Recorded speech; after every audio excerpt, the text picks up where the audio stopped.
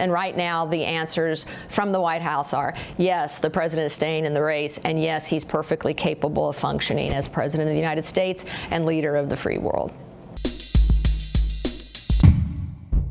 We sat down with Barbara Perry, a Miller Center professor and presidential historian, to discuss the future of Joe Biden's presidential bid following a debate that raised concerns over his mental fitness.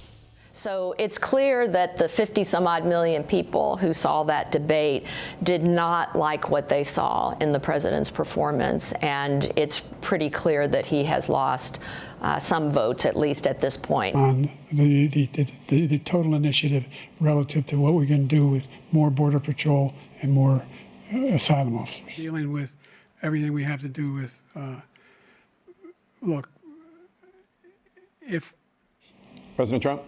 I really don't know what he said at the end of that sentence. I don't think he knows what he said either. Look. As soon as the debate concluded, there were some calls for his withdrawal from this race. Who are those calls the loudest from right now? I think the loudest calls that I'm hearing are from the people in the electorate. So people like myself who will be voting in the presidential race, certainly my colleagues in academia, but more to the point, people I talk to in my family or people out and about in Charlottesville. And I had been hearing from them all along that they were upset with the two candidates running at the top of the two major party tickets. Following the debate, Biden headed to Wisconsin to reassure his swing state supporters that despite national speculation, his campaign was continuing. Well, here's my answer. I am running and going to win again. Biden continued his media run in a sit-down with ABC's George Stephanopoulos to offer an explanation for his drowsy debate performance. Americans. Was this a bad episode or the sign of a more serious condition?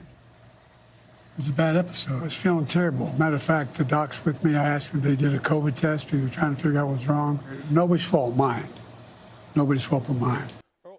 Controversy followed the president, however, after two local radio hosts shared that the president's appearance on their shows was not the candid conversation it seemed to be. The questions were sent to me for approval. I approved of them. I got several questions, 8 of them, and the 4 that were chosen were the ones that I approved. Okay. Despite the media feeding frenzy, the president's family continues to extend their support, led most vocally by First Lady Jill Biden. Joe, you did such a great job. You answered every question. You knew all the facts.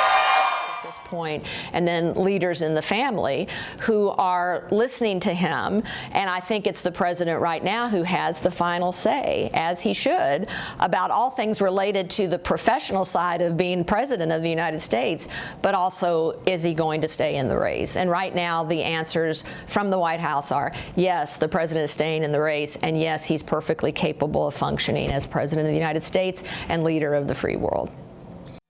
President Biden's next several weeks will be crucial for a campaign that looks to be in critical condition.